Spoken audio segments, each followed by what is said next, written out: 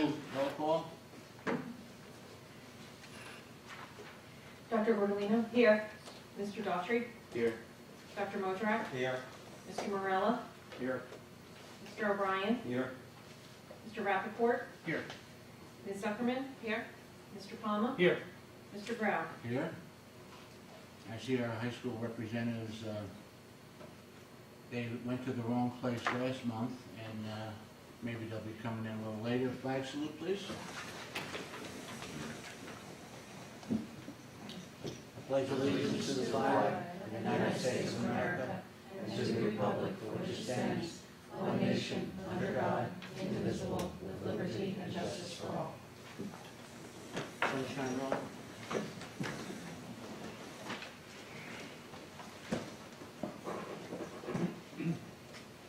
The New Jersey Open Public Meeting Law was enacted to ensure the right of the public to have advance notice of and to attend the meetings of public bodies at which any business affecting their interest is discussed or acted upon. In accordance with the provision of the Act, the Montville Township Board of Education provided a public notice of this meeting, which included the time, date, and location that was posted at the Montville Township Municipal Building, all Montville Township Public Schools, the Montville Township Library, the Montville Township Board of Education Administrative Office Building, the district website, and advertised in the Daily Record, the board's official newspaper, on October 12, 2018. Thank you. Superintendent's report, Dr. Rocha. I did include for the board members the first quarter update on the progress on the district goals. I won't, you have that, you can read it. I did want to also mention that Sunday at Montville Day, the Township Committee recognized the board with a lovely proclamation with regard to our designation as a National School District of Character, and also Lazar being designated as a National School of Character. And Karen was there also, for that recognition. So we are very grateful to the Township Committee for recognizing the district.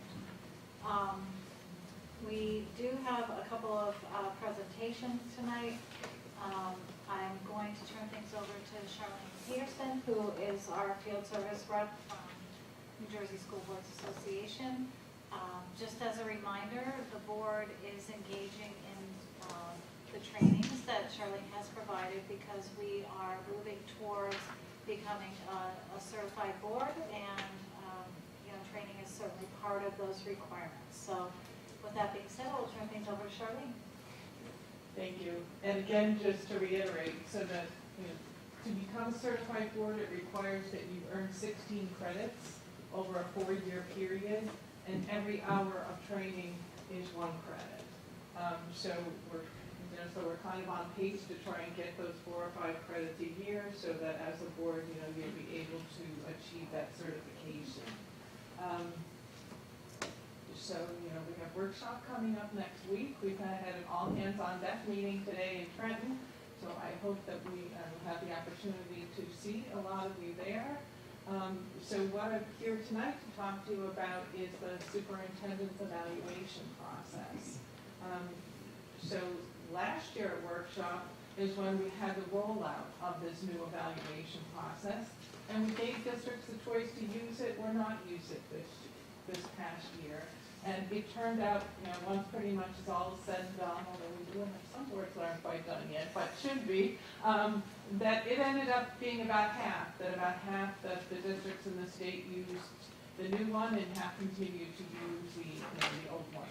So, that was the case for your board. So this is really the perfect time now to kind of understand what the differences are, what's in the new one. Because if you think about the fact that your board year is starting July 1st, so this is what when you're starting to hold the superintendent accountable, it's important for you to understand, how these standards are different and kind of, what those expectations are. And I guess I should clarify, because I know one of the things I always get asked is, do we have to use this tool? Do we have to use what New Jersey School Boards has provided? And the answer is no.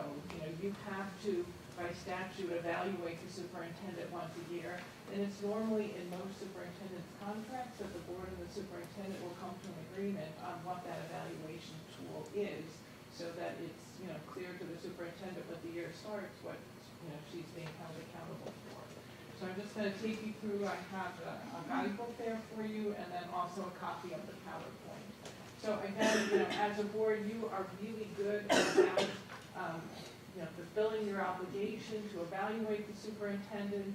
You already have a good, strong process in place. So, please feel free to stop at any time, ask any questions about how this, might change or, incorporate into your process. So just want to make you aware that, this new tool was a result of a 2-year kind of work in progress. And New Jersey School Boards work together with NJASA, the superintendent's organization. So there were superintendents on the committee, board members on the committee, and there was a lot of back and forth before we finally came up with this tool that, both groups feel really proud of. And the superintendents are actually having a session at workshop about, okay, now that we've been through the first year, any ups, downs, bumps in the road, like what did you think about it? So that's going to be one of the sessions next week. So when I say the overview of what's new, can basically just say that we can just say everything's new, so I don't even have to go through and read what's on this slide because we've pretty much changed almost the entire thing. So if we look at, the evaluation the expiring one was based on 6 leadership standards. So if you look at what those 6 leadership standards were in the past, they were pretty much kind of similar to like CUSAC kind of functional lines, like personnel, finance, instructional leadership. And now I said, we really have to take a broader look at the work that superintendents do because it's more than that. They're now, held accountable. A lot of our work, we're looking at the bigger picture, the mission, the vision, the core values, equity, community of caring, engagement, making sure we're building a community. So those are all the things now that superintendents have been doing, and we said that it's time that the tool reflects that work. So, one of the things that really drove the need to change our tool is the fact that there are national leadership standards. They used to be called the ISLIC standards, now they're called the Professional Standards for Educational Leaders. So they changed in 2015, and that's what drove a lot of what the work that was in the previous tool. And so we looked at that, and that is pretty much kind of the basis of most of this work. And it was, I have to say, it was really important to the superintendents that were on the committee with us, that their evaluation was based on some measurable standards, and thought that really made sure then that the board members were focused, that their evaluation now could be focused in this process. So we took that, and but one of the things we realized is that those leadership standards are not only for superintendents, it can be for other educational leaders. So we had to go through it, and there are a lot of things that we would say, okay, well, board members would, this would be outside of their role. This would be causing you to go into the weeds if you're looking at things like this. So we had to go through it and pick out which, areas would be relevant for board members to stay in their lane and kind of evaluate the superintendent on. So like in these standards, there's 11 of them. So we consolidated them down to 6. And then also looked at, we had, I think, at least 20 other states that we got what their evaluation tools looked like and considered that. We looked at the superintendent's job description. And then we also looked at, say governance wasn't in any of this. And we thought that relationship between the board and the superintendent is really an important part of the work that the superintendent does, knowing that there's more and more research that says that boards and superintendents that work well together make a positive impact on student achievement. So we also wanted to make sure that was captured in the tool as well. So like I said, when we changed everything, so we looked at the standards that are changed. So we also changed the ratings. If you look at the ratings before, we went right from meets expectation to needs improvement. And as a group, we had a discussion saying, that's a pretty big jump from one to the other. So now if you look at them, kind of that middle one is area for growth, recognizing too that there are some, new superintendents in the job, and that may not necessarily be a negative thing, but truly reflect the fact that, you know, you're still working on this area, you've still got some more room to grow in it, but we recognize the progress that you're making. And the same could be even true for experienced superintendents who now have different responsibilities or changed responsibilities, or, you know, things that we're now holding them accountable for. So just wanted to provide that, you know, another way, I guess, to look at it versus saying that it needs improvement, when that may not necessarily be the case. It may just be that it's an area of growth. So like I said, last year boards had the option of which tool. This year there is not an option. So when you evaluate the superintendent this year, that this new tool will be the only option that is available. So I'm just going to go through the process. Now, I don't remember if anyone in your board is conflicted and has a relative that works in the district. No? Okay. So then everyone is able to participate in the evaluation. So one of the things, you know, I know that I didn't even realize that as a board, when I was a board member, is that the evaluation of the superintendent is in statute. It's in code. What's expected of you, what's required of you. So it said that as a board, you have to evaluate your superintendent at least once a year. It has to be in writing. You'll need to discuss the findings. It has to be based on goals and objectives and criteria prescribed by the State Board of Ed. And so the State Board of Ed adopted those national leadership standards that I had mentioned before. That it has to be done by July 1st, and that should include areas of strength, areas needing improvement, recommendations for growth. And there has to be some connection to how are the kids performing. And that summary conference where the board sits down with the superintendent should include a majority of the board. So this kind of helps then, as we put the tool together, we had to make sure then that the tool allowed for you to meet all of these requirements that are in the statute and the code. So one of the things that's also changed too, is that QSEC kind of now got in the picture with regard to the superintendent's evaluation. Like I said, we still have some districts this year that still are not done yet. So even though I said there was that July 1st statutory deadline that you were supposed to finish by, you know, people would say, well, like, what's going to happen to us if we're not done by then? Is there a board police? So now, in a sense, there is, at least with respect to the evaluation. So effective this July 1st, 2018, so it will be in effect for this evaluation cycle. If you look at letter B, you can see that if the board, there's now 6 points associated with the board, you know, completing the superintendent's evaluation by July 1st. And then letter A, you know, one of the things that's always been a requirement, or, you know, been in statute, I guess, is that new board members were supposed to be trained on the evaluation process within 6 months after taking office. But again, that's not anything that would necessarily, there was an accountability held to that. So now there are 7 points associated with that happening. So like for me doing this training, you know, if you had board members who were, you know, who hadn't had that done, just by you showing that these are your minutes and that you know, the new board members attended, that would count. For your new board members that go to their Governance 1 training, the superintendent's evaluation is covered in that. So that's how they would fulfill that requirement. So, you know, as you look at 7 points and look at 6 points, you know, your administration will tell you that's a lot of points, right? For the district to give up for something that you as a board are able to control, and, you know, should get a process in place that allows you to make sure that these things happen.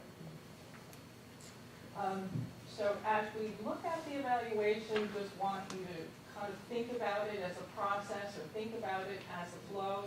And like I said, I know that you have a process in place and you do this. So recognizing that it starts with the district goals, you know, so and knowing that you have a strategic plan. So our strategic plan is kind of that long-term, you know, 3 to 5 year plan where we've got these big goals, and then our 1-year district goals should be then how we carry that plan out.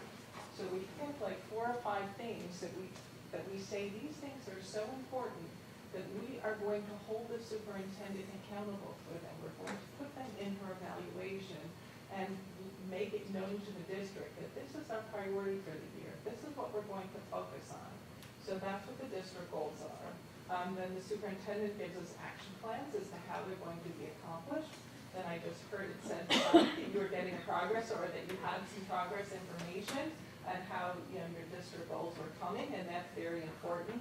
And then one of the new steps that we are suggesting you consider this year is to have an evaluation pre-conference. So what we're saying then is before anyone starts the evaluation, like before the superintendent does her part, before the board starts on your part, to sit down together and have a conversation then before we start writing the evaluation and say, okay, like, where are we with the goals? What do we all think about how this year went? What does the board think? What does the superintendent think? Kind of as a way to get everybody on the same page. And I had, at one of the districts that I did this, somebody said, you know what, that's kind of like an equalizer, that, we have different lengths of experience, we're on different committees, but if we all come together and we all have this conversation together about things that are related to the superintendent's evaluation, we can all lead then with kind of that same information and be able to all, do the best evaluation for the superintendent that we can, because we now have, a full amount of information. So again, it's just a recommended step, so you would do that then before anyone even started filling it out. And then similar then to the way it was in the past, the process will start usually about on March 1st. New Jersey School Board sends an email to all the superintendents in the state and says, okay, the tool's open now, you can go ahead and log on and get started. And then once the superintendent completes her part, then the board logs on, completes their part, then it gets compiled into one document. So in the past, I would come with you and we would review then that compiled document, but we recognize then that compiled document reflects everyone's opinions. And the superintendent's actual evaluation should reflect the majority opinion. So then the board typically has to extract then from that document that has everyone's opinions, then what is the majority opinion out of that? And then the board sits down with the superintendent and has a summary conference to talk about that evaluation. And when we talked about the legal guidelines, we said the majority of the board had to be there. And really the reason that that's important is because if I am the minority opinion, while my opinion may not be in that summary evaluation, one of the rights I have is the right to be heard. So if my opinion's not in the evaluation, I have the right to verbally explain it, and so that summary conference would be the place to do it. So like, let's say we were looking at the goals and the majority of the board felt goal number 1 was achieved, and I didn't, then this is my chance to tell the superintendent that this is what I think and why. So that's why it's important then that everyone be at the summary conference so that you are able to exercise that right. So the calendar then becomes really important now that we know that we have to be done by July 1st. And again, knowing your board, you already have a process in place to make that happen. But really what I suggest that boards do is take July 1st and work backwards. So think about like the process. So like if the last thing is that summary conference, then when is your last meeting in June? And then, try not to schedule extra meetings to get your work done. Try and figure out how to do these steps, like, plan these steps to correspond to the meetings that you already have. So you kind of have to, be well planned, and then, like I said, work backwards and look at what the steps are and then match them up to your meetings. So to make sure that you are done in time for that to happen. So then as we go through the tool itself, the goal piece of it really hasn't changed. So like I said, it starts with the superintendent logging in and inputting the district goals, and then the superintendent provides a rating or an assessment. You think the goal was achieved, satisfactory progress was made, or little or no progress was made. and then ask comments for the board members to see to help support that grading. And then when she hits submit, then you as a board members get a link for you to log on to the evaluation tool, and you'll see what the superintendent put in, and then you are asked to provide your rating of the goal. So one of the things that I want to clarify, though, is the comments then that you as a board member can make, that those are comments, a lot of times I see board members fill that out as if they're writing to the superintendent and giving comments to the superintendent. These are comments for you to give to your fellow board members, for your fellow board members to understand, why did you give this rating? Why do you think this way? To help me understand, especially if I'm giving like a really high rating or really low rating, it's important for everyone else to understand why you feel that way. So just want to clarify then that comments are not meant to be directed to the superintendent, but to your fellow board members. So here's kind of a busy slide, but there's a lot going on here in terms of the standards of things that are new then with this new tool, and hopefully they're all good things that will help us do a better job in evaluating the superintendent. So if we look at the ratings up on top there, where we see like exemplary, proficient, area for growth. So one of the things that we have seen in the past is that each board member will sometimes look at definitions of those ratings differently. So the superintendent can perform the same way, and you might think exemplary means this, you might think it means that, and you might think it means something different. So in order to kind of help everyone stay on the same page, for every standard, there is now a definition of what exemplary means relative to that standard, so that it helps the board members make sure then that you are selecting the correct rating based on now giving you a clearer definition of what that means. We also think that it's important as a board for you to say, well, how do I know? A lot of times we get questions from people saying, how do I know that the superintendent's doing this? How do I know that this is happening? How do I know that the district is being well run and these things are actually taking place? And the answer is evidence, that you don't need to be in the schools, you don't need to talk to other staff members and things. The superintendent can give you evidence to help you do the evaluation the way you need. So we have now added some suggested resources that you might want to look at for each one of, for each standard. But then also importantly, we now are giving the superintendent the opportunity to provide links to you, live links about that standard. So in the old tool, the superintendent just filled out the goals portion and they were done.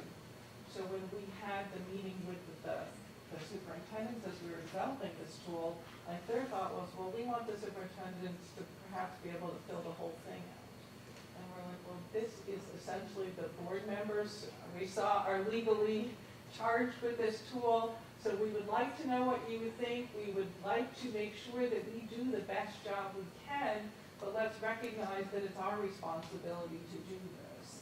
So that's then where the links came in then so the superintendent can be collecting and saving things all year relative to each standard.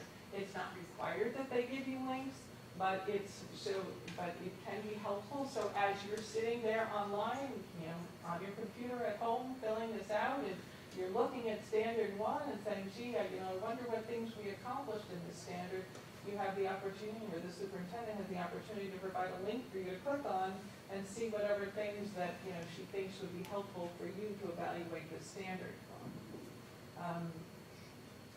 Then the next section of it is where we look at the standard in the indicators.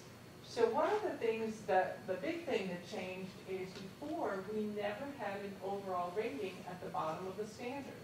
We listed the standard, we listed the indicator, you put an X in each one of the boxes for the indicators, but then nothing asked you to kind of wrap it up at the bottom and say, okay, how do we do? What's the overall, what's the overall feeling here on this standard? So we said, okay, well, if we're having a standards-based document, then we need to say, how do we do on this standard? So again, then that got into some conversation with the as we were looking at the, like, with the superintendents in our group questioning then, whether we should take away the X's then in each one of the indicators, and then just have the board members give an overall rating at the bottom. And we said, well, we have to make sure they're reading it.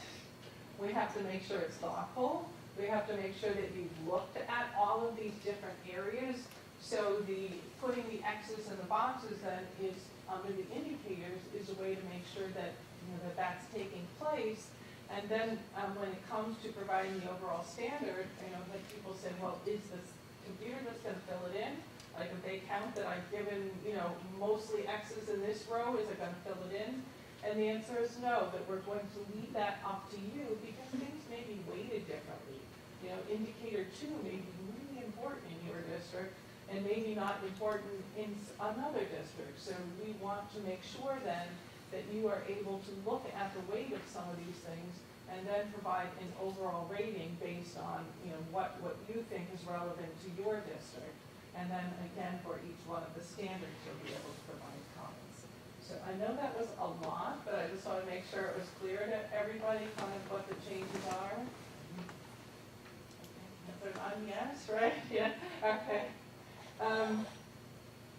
And then, like I said, I've kind of gone over the steps already, that it really hasn't changed. So once everyone's done filling it out, that it gets compiled, the board reviews it, determines the majority opinion.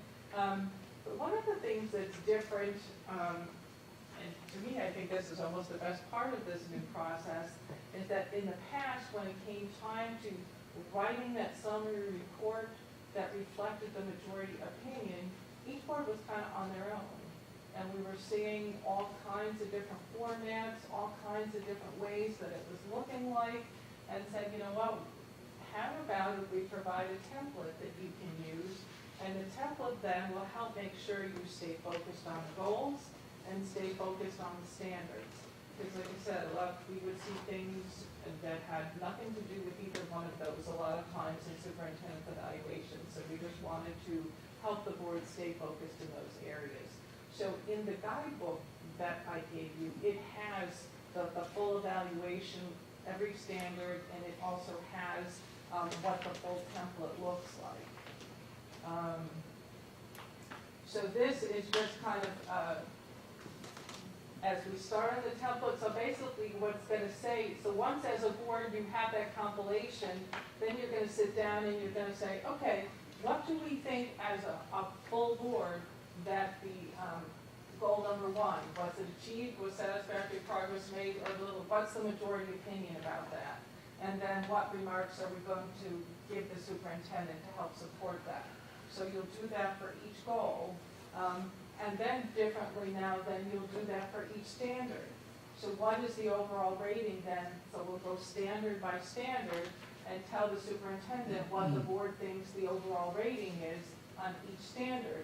And it'll be easier for the board to do that, because before we would have to draw out comments, we would be looking at the different X's. And so now if we're getting an overall rating on the standard, it'll now be easier for you as a board to then give what the majority opinion rating is on that standard, and then provide any remarks that you'd like the superintendent to see. And then we said, that we had to provide areas of strength, we had to provide areas where more growth was needed. So again, the template asks you to do that based on the standards. So it says, okay, of those 6 standards, which ones do you think are the superintendent's greatest strengths? Which of those 6 standards, which ones do you think are areas where more growth is needed? So again, we're keeping everything focused on the standards and focused on goals. And then it allows you then to also add any other information you think is important. And then, like I already talked about then, at that summary conference where the board and the superintendent would sit down together to discuss it. And, when I say by July 1st, it's supposed to be done, that doesn't just mean the written part, that means everything. The whole process is supposed to be complete by July 1st. So there's kind of our website of what knowing that you have the online process. And then, as we talk about the evaluation, I said it's not a once-a-year event, that it's cycle that starts in July and kind of keeps going. You know, you get the updates on the goals, and, you know, you as a board should kind of be keeping your own evidence. The superintendent will be keeping some evidence for you, and just, you know, a process that you should be keeping in your mind throughout the full year.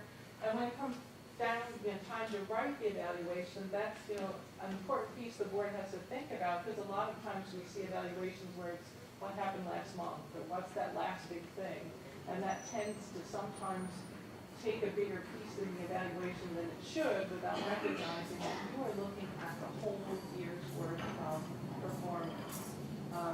Talked about the importance of evidence, the importance of two-way communication, and then, you know, just to emphasize, and your board does a good job of making sure that everyone does it, because sometimes that's not always the case.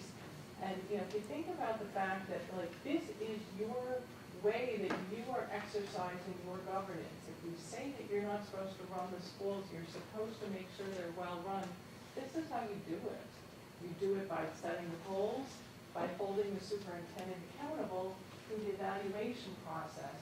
So this is how you're exercising your governance, is, you know, through this important process. So you know, should consider that to be that big of a responsibility.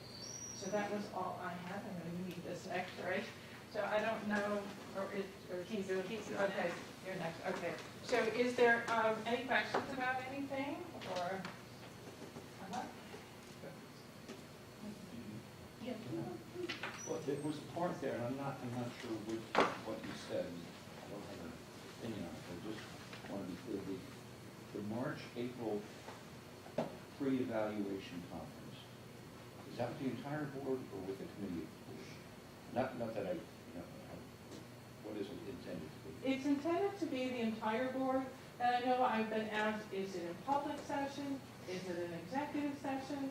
And it could be some of each. That if you're getting an update on the goals and how we're doing on the goals, you want to get that final update before we're starting the evaluation process, then that could be in public. But then when it comes time to having an evaluative conversation about how you think that progress is going, or where you thought we should be versus where we are now, and so once it gets to an evaluative piece, then you would go into executive session and have that part of that conversation. Karen? So, in the past, we drew a majority opinion. I'm sure it will stay the same, but now the majority opinion is based on the final overall assessment for each standard. It's completely up to the template comes blank. So it's based on your conversation that you have as a board. So the compilation like we've used in the past would be what would help drive that majority opinion. So as a board, you would look at the compilation and use that to drive your conversation. So it's, again, completely up to the board to fill it in how the board wants to, and you don't have to use the template if you don't want to either. I think this is much better than the ones we had in the past, because last year we were a little bit disadvantaged because 3 of our members were brand new, and just filling out, I think the pre-conference is very important prior to filling out the evaluation instrument, because sometimes people think, well, my kid failed 3rd grade math or something, so I'm going to get the superintendent for that, or well, whatever. And that's really not the purpose of it. I think the pre-conference, and there'll be guidelines for this pre-conference, or do we just follow what you've given us tonight? We don't have anything more specific other than this. It just should We'll just, pick some up the convention, I guess, something like that. All right, thank or you. make some up in between times. I think it's good, because the other one, I know 3 of our members, first year I was on too, you're a little lost, you know, you didn't, I appreciate it. I think this is much better. How did the districts that used it last year find it? I think that we got very positive feedback. Everyone liked having the standards, like being able to give an overall evaluation on the standards, and said it made it much easier to develop or determine the majority opinions. Great. Any other questions? Charlene, thank you so much for Thank another you. wonderful presentation. I'll You even were- pass you the microphone. Oh, you're heading around? Okay. Charlene follows the 3 Bs, right, Karen? Be brilliant, be brief, And be gone. Thank Thank you very much. Some of us Okay. will see you next week, Charlie. Great, thank you. Good night. Good night. Good night. So I'm now going to turn things over to Dr. Shorter. This is one of the QSAC requirements, actually, that we make a presentation annually in terms of student performance. And Casey has done this every fall just about this time, so I'll turn things over to Casey. Thank you, Renee. So before we get started, just a couple things to share with you. As Renee mentioned, this is our annual requirement to share with you the results of PARC. We usually take it a little bit further and talk about overall school performance, which I think is exciting because it really emphasizes the balance that we have in the district, not only through test scores, but also through student accomplishments through clubs and the arts and also athletics. One of the things that is missing for this year, as opposed to the last number of years that I've done this, some key pieces of data would be the SAT and the ACT. And the reason we try to push this off until really today, which is the deadline to present this to the Board of Education. We're waiting for College Board to get us that information. They weren't able to get that information out in time, so we couldn't really control that. So that's one piece of data that's missing from this presentation that we've spoken about in prior years. So just wanted to be upfront and let you know about that. So we'll jump right in. We're going to start with PARC. These 5 letters will no longer exist after this year. The state of New Jersey, the DOE, decided, and you may have heard about this in the newspapers, that it's no longer going to be called the PARC. There's some changes that are being proposed for the State Board of Education to consider. The new name is going to be the New Jersey Student Learning Assessments, both in math and language arts. So the PARC name will be no longer, and the tests are going to change slightly. They're going to be much shorter in each grade level, anywhere from a full unit, which could be anywhere from 60 to 90 minutes less than what students have experienced in the past. So something to keep in mind as the year progresses, you'll start seeing the new name of the assessments, and it's no longer going to be the PARC. Just a reminder of the performance levels that we currently use. Number 1, level 1, which is really the lowest level of student performance, all the way up to level 5, which in our case, in New Jersey, levels 4 and 5 are considered passing, I guess, for lack of a better word, for our students. So throughout the numbers that I'm going to show you, we really like to focus on level 4 and 5 because that's what we consider achieving really a passing grade for the PARC. And I'm going to apologize up front that there are a lot of numbers on the screen, and obviously it's very difficult to see in this format. Typically, I don't give you this many numbers, but the comparison was suggested by the state that we share this with you in a 3-year longitudinal way. I always like to direct you to the right of the screen that's highlighted in white, and that gives the overall summary of a change in the percentage of students that are scoring in levels 4 or 5 over that 3-year period from 2016 through 2018. And I think the theme that you see through a couple of these slides, and overall as far as student performance goes, is we're trending upwards in most areas, and that's exciting. That's a good thing. And you can see just there, if you look all the way to the right, you're seeing a lot of double-digit percentage increases in student performance at many of the grade levels. You do see 1 negative, a 4% negative in grade 5 language arts literacy there, but overall in every other grade level you see a trend upward pretty significantly. So we're pleased about that.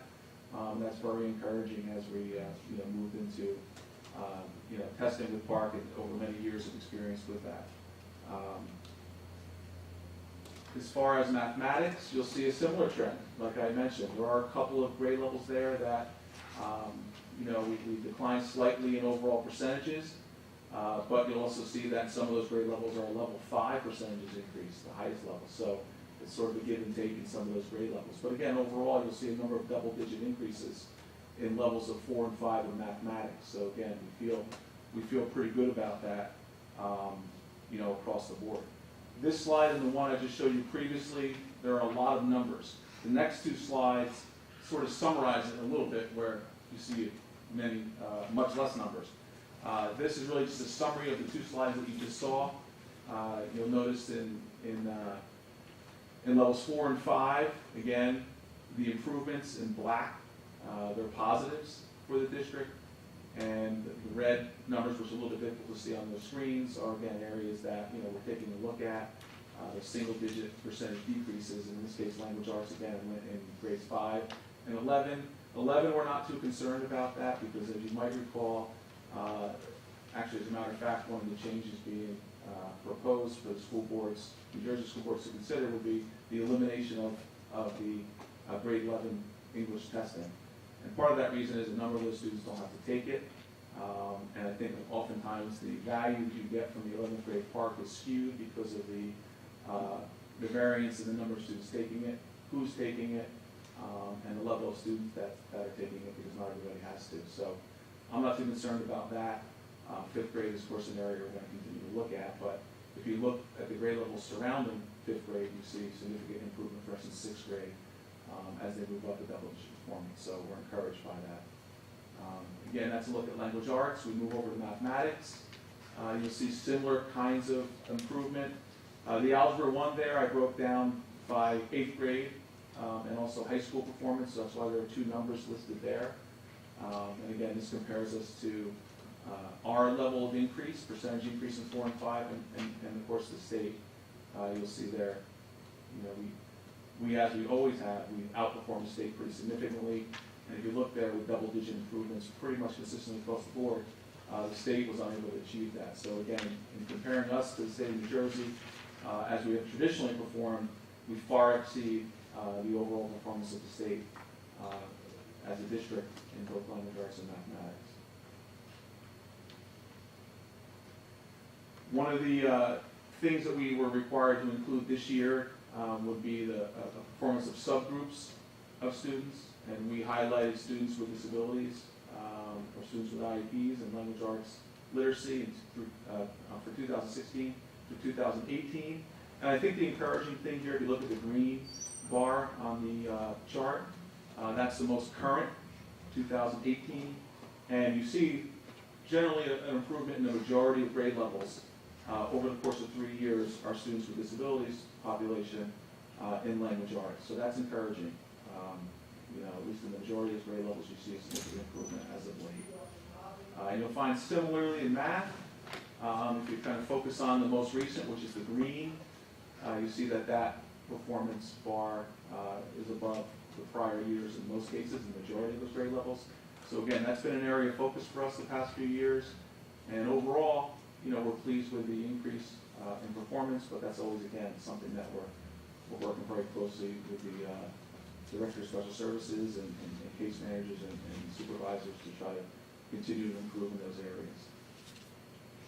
We also broke it down by race, and as you'll see in for our district, when we look at ELA and we look at math, it's clear there that our Asian population students score or outperform the rest of our subgroup race categories. That's true in ELA, as you can see, the red performance, and then also in mathematics, just as a comparison of the subgroups, which again, so this is information I generally would share, but we are required to do that this year as part of our presentation. So when we look at the park, that gives us some data. It does drive some of the things that we do, but we also have a lot of other forms of assessment in the district that we use to drive our instruction. Park is certainly a piece to that, as well as many other things. So when we look at the data of the park and all of the other tools that we have in the district, we ask ourselves right now, what have we identified as weaknesses? How are we going to address those? And from our perspective as a high-performing district, we really look at improving overall language arts and math. We're always looking to get better.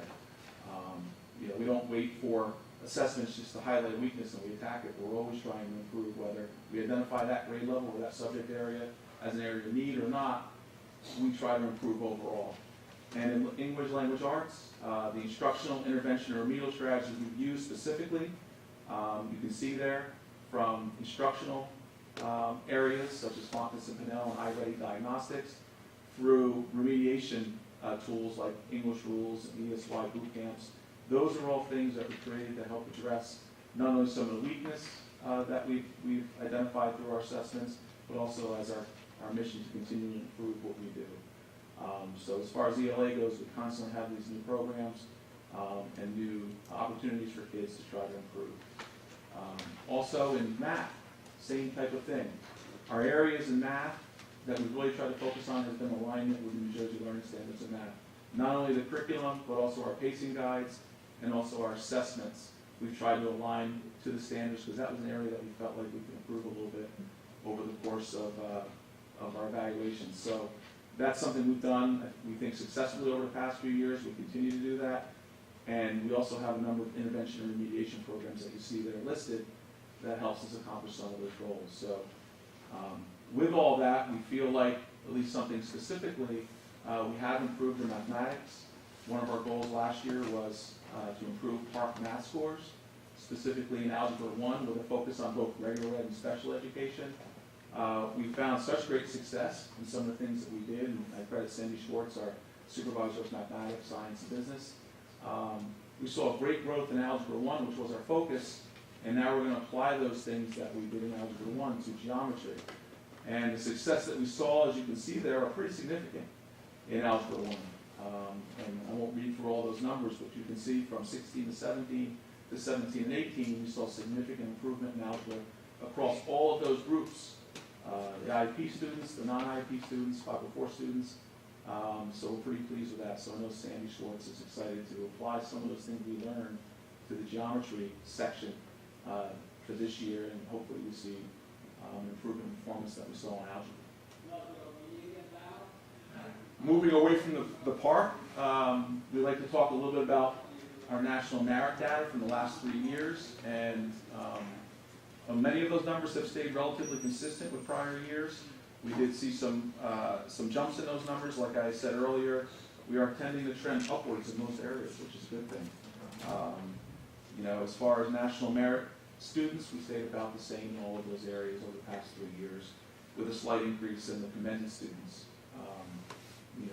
than what I shared with you last year, so that's a positive. In this area with AP exams, we were given 27 subjects this past year. 83% scored 3 or higher. That is a 5% increase from the prior year, so that's very significant number, I think. And if you look at the students who scored a 5, a 4, and a 3, and remember, score of 3 to 5 is considered passing and may be considered for college credit, so that's an important category. We increased in each one of those areas by 7 students that scored a 5 from last year. We improved by 30 students who scored a 4, and we improved by 25 students who scored a 3, based on the information I shared with you last year. So definitely an uptick in performance in AP exams, so that was exciting for us to realize those results.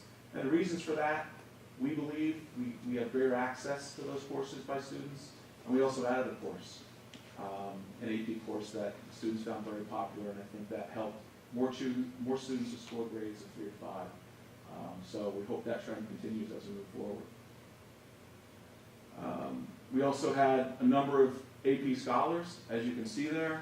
I can share with you very quickly the categories and how students can earn those achievements. National AP scholars, we had 12 of those, and those are granted to students in the United States who receive an average score of at least 4 on all AP exams and scores of 4 or higher on 8 or more of those exams. So we have 12 students in that category. AP scholars with honor, those are for students who received an average score of 3.25 on all AP exams taken and scores of 3 or higher on 4 or more of those exams. Again, 21 students that fell into that category. AP Scholar with Distinction, we have 45 students. That's for students who scored a 3.5 on all AP exams and scores of 3 or higher on 5 or more exams. And then the final category where we had our highest number of students, AP Scholar, that's granted to students who receive scores of 3 or higher on 3 or more AP exams. And those numbers have increased by 8 students with AP Scholar with honor and 10 students increase on AP Scholar. So again, a trend moving upwards overall that we're pleased to see. Moving on to some just general student accomplishments. We seem to highlight the forensics team every year when we get to this presentation. And that narrative right there is very similar to how they performed last year, top 1% of schools nationwide. and they produced 2 octa finalists at the Grand National Tournament, which was consistent with last year. So that program, as you know, we talk about it every year, has been very consistent, and our students achieve at a very high level, in forensics. So we're always pleased with that. Moving on to the arts, we had 6 students have their work selected to be displayed at the Blackwell Street Arts Annual Student Exhibition. And we had 1 Best in Show this year, which we were pleased, which was an improvement from last year in that area. Music students, again, were selected for regional orchestra, band, and choir, as well as all-state chorus, and that's been pretty consistent over the past few years. We had, again, 2 students who were selected to present at the Junior Science and Humanities Symposium at Rutgers. And our FBL students continue to perform very, very well. As you can see, first place in a number of areas related to the business areas, and they, again, qualified for the Nationals. So these are things that have consistently occurred, and we continue to really perform well in those areas. Moving on to athletics, team accomplishments, as you can see, from boys tennis winning the state championships to 3 of our teams ending up in ranking in the top 20 rankings in the state. We had a number of conference championships. As you can see, there are 4 teams, as well as a lot of individual tournament champions as teams. So our sports teams, I think, continue to really achieve and accomplish many of the goals they set out for the year. And then, of course, individual accomplishments. As you can see, a number, well over 100 students received all conference honors, all county honors. We had records broken in track and swimming, and not only conference records, but also our school records, but also county records. And we had a number of wrestlers, 3 wrestlers who competed in the state championship, and one of our athletes performed 2nd in the state of New Jersey in wrestling. So again, good to see them, individual students performing at high levels and getting the recognitions that they deserve. Just a little snapshot of our graduating class of 2018. These numbers are generally consistent, again, in the past, plus or minus 1 or 2 percentage points. But again, we send an overwhelming majority of our students to either 4 or 2-year colleges. And then I like to finish every year with a sample of the last 3 years of some college acceptances. There are many more, but I'd like to highlight some of the ones, again, that our students consistently get accepted to. And this list, is really consistent over the course of probably the last 6 years I've been doing this, with a plus or minus some of the schools that our students have gotten in over the course of those 3 years. So as you can see, many of those colleges are top colleges that our kids are accepted to. So that's all I have for presenting that information. I'm gladly take any questions. But like I said, from our perspective, we continue to look at these things, and we're very pleased that the trend is upwards in most of these areas.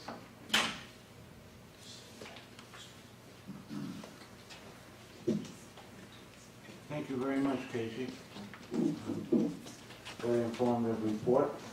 Is it accurate, though? It is not. Very good. Thank you. We have one of our student liaisons who arrived. You must be Mason. Yes. Welcome. This is Mason's first meeting. Can you just give us a little background about you, Mason, please? So Malik can't be here today because he is sick and he's been sick for like 3 days. So I'm coming. I came from a track meet, so I was a little late. Mm-hmm. I have some information about like some sports and like extracurriculars and just clubs and things. It's time to share it with us. All right. Into the mic. Yeah. Sorry. Okay. So like overall, like our sports like field hockey, football, girls tennis, girls soccer, boys soccer, girls volleyball have all started off this year performing really well.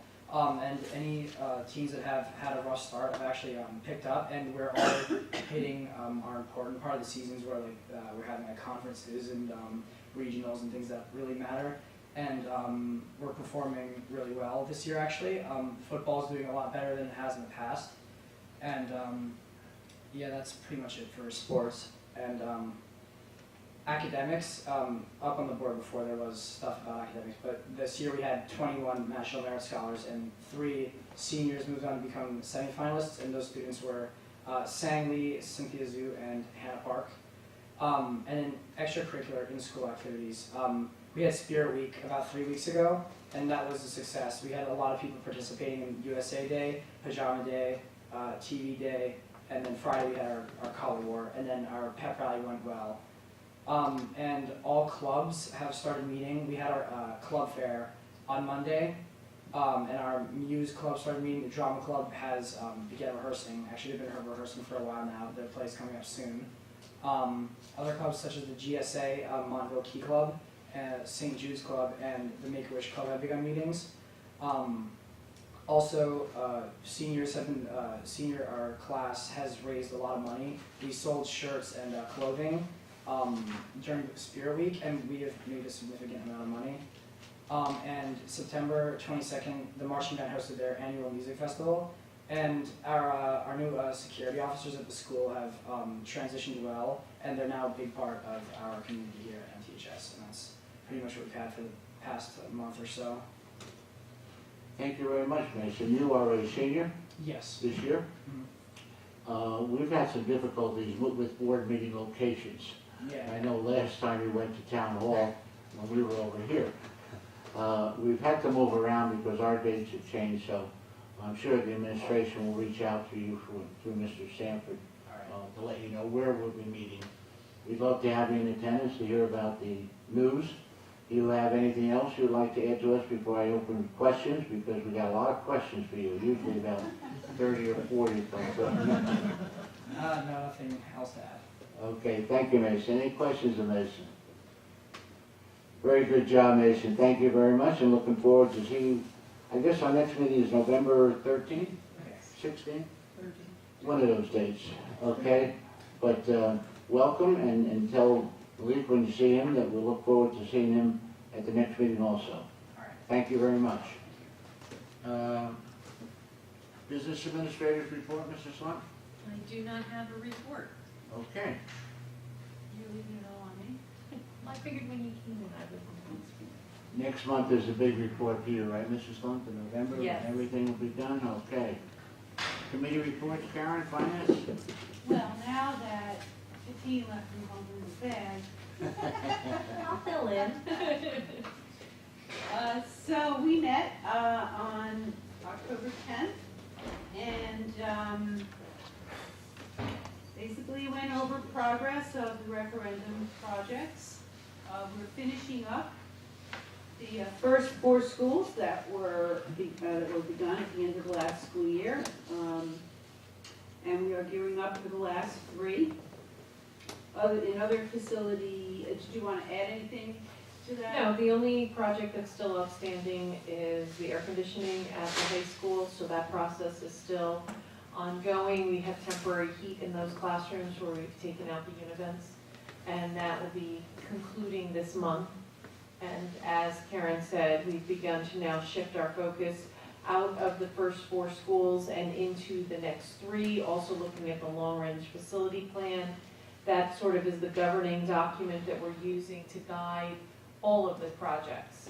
We will be bringing up ESIP at your next meeting, and they will be presenting to you their findings after their detailed audit. So, and all of that's flowing through that long-range facilities plan. We're And moving forward. as chairperson of the finance committee, I want to commend the team and the entire business office for really getting a large projects done. Maybe some hiccups along the way, but it's a very big project, and we look forward to completing this half and starting the next half. So thank you, Kathleen. In other facility items, the Cedar Hill sign is working. Yay. And the Valley View sign is just about ready to be We're turned waiting on. for delivery. Any day. Any day. And our issue with mold remediation is finished. Many schools this year had issues with mold.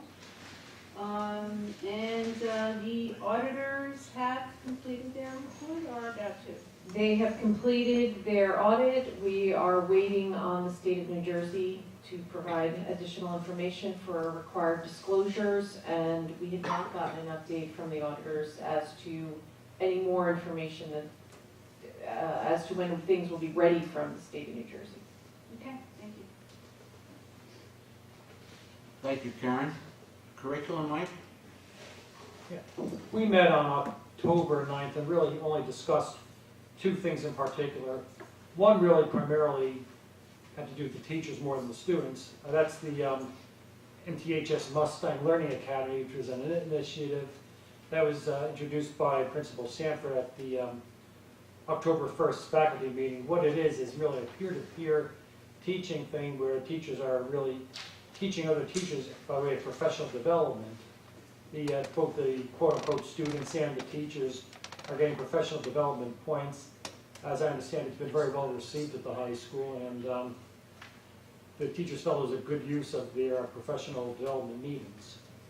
The other one was something that initiated at the high school where the principal and supervisors and directors had spent some time discussing whether or not they want to consider the elimination of midterms at the high school. It was run past the committee, and in essence, the committee gave its imprimatur to the high school staff supervisors, exploring setting out focus groups, possibly stakeholders, and really doing research as to the feasibility as to whether or not this is something they might want to do in the future. Certainly, no decisions have been made or anything such as that. Thank you, Mike. Policy, John? We had a meeting tonight. It was very light. There was only 2 policies and regulations that we went over. It was just basic language stress that's recommended. I don't believe communications or safety have met, right? Gail? No, we haven't met, but I just wanted to make the board aware that there was a PowerPoint included in the board documents. There's a PowerPoint that was presented at the last Morris County School Board Association meeting that was called Communicating Effectively with the Media and Community, and I just wanted to share it with the entire board. That's right, thank you. Safety, John? No. Nothing yet. Delegates, Karen, with the New Jersey. Now, remember, Mike is the Morris County. I know, I'm sorry, Mike. I was Live it jumped up. right in there. Do your thing. So New Jersey School Board is having a workshop next week. One of the largest conventions I think that New Jersey hosts, and it's a great opportunity for learning, networking, and just commiserating with fellow board members. So if you have an opportunity to go, you should. Thank you, Karen. Morris County, Michael? Morris County is meeting November 7th, Wednesday night, November 7th. And I think people should sign up to go. And I think our superintendent is one of the speakers that evening, and the location is? It's at the mansion. So The topic is social emotional learning, Very good. meeting the needs of all students. I know I've registered for Tina, I hate to keep, can you just make sure? Okay. Educational services, John? No, me? We met last week, and it was just a basically nothing report. All right, drug awareness, Mr. Palmer? Met last week, nothing to report. Mustangs, Michael? At the last Mustang meeting, it was discussed that we should go on a similar type of meeting pattern that the Parents Council has. So starting after next month's meeting, which is the 14th, which everyone is welcome to come to right here, they're going to meet every other month, okay, instead of meeting. Now, I know it's usually the first Wednesday, but whatever it is in November, they're going to meet on the The 14th. teachers' convention, I guess, Yes, election something, day. yeah. So after that, it's just going to be every other month, that they're going to meet, rather than go to So starting January, no meeting in December. no December meeting, and January 1st, Wednesday, that Wednesday. Thank you. And they'll skip February, meet in March. Okay, any liaisons, Karen? Cedar Hill met September 26th, and they talked about their upcoming fundraisers, various dates. They talked about the sign, and there's another meeting tomorrow. So nothing that was urgent. Hilldale, David? Nothing yet. Nothing yet? Joe, Valley View. We're meeting tomorrow night, 7 o'clock. Deputy Mason, Woodmont. Tomorrow. Lazar, Michelle. Lazar met on October 1st, and one of the big things they're talking about is that this year is the Living Lessons program in May. So the students are actually having a walkathon on Friday to raise funds for that. The board's all familiar with the big program that happens every other year, and the PTC is helping fund it as well. They're also having a big fundraiser. Lazar doesn't always do it, but a purse bingo fundraiser on April 4th. So, and that will be at the Parsippany PAL, and they're looking forward to planning that. And then this week is their book fair, the 6th grade activity night, so there's a lot of good activities happening, and they were excited that the media center was ready for the book fair this week. Very good, thank you. Negotiations, Karen? Anything new? Well, we did, as I reported at our last meeting, we did reach a memorandum of agreement, and we are working towards ratification, which we hope to conclude by the end of the month. That's the same that with the supervisors and the administrators. Public participation. Anybody have any questions at this point on items on the agenda? May I have a motion, please, on the consent agenda? So moved. Second. Questions on the consent agenda? Any questions on the minutes of the 25th meeting? Item J. K, facilities. You notice that the business administrator has closed out 2 old referendums and transferred the money to debt service, which will help with the taxes for the next school year. Any other questions on K? H, I, J, K, L? M?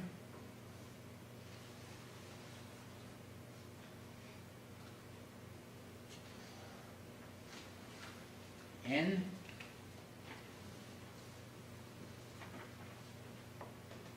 And we'll have, at the next meeting, hopefully one reading for the policies that we have to get on board for N. All right, roll call, Mrs. Flynn, please. Mr. Palmer? Abstain on the minutes, otherwise yes. Mr. Morella? Yes. Dr. Cordolino? Yes. Mr. Daughtry? Yes, abstain on K1, check 89510. Dr. Modrak? Yes. Mr. O'Brien? Aye. Mr. Rappaport? Abstain on I, yes to everything else. Ms. Zuckerman? Yes. Mr. Grau? Yes. There's no need to go into a closed section. Any old business at this point? Michael? It's not an old business, just to mention an item that I wanted to mention under reports.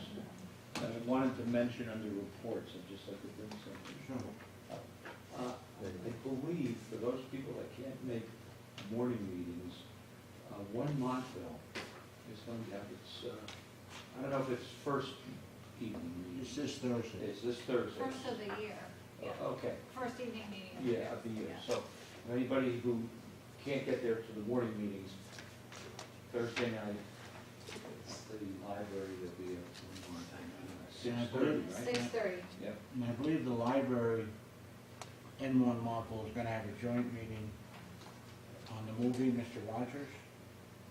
That's December 9th, yes, Yes, that we're in holding a December. Sunday evening, and it's December. I free, know they but have- you have to register. Yes. Okay. Any other general board comments? Just one. Karen? We have such a wonderful forensics program in Montville Township High School.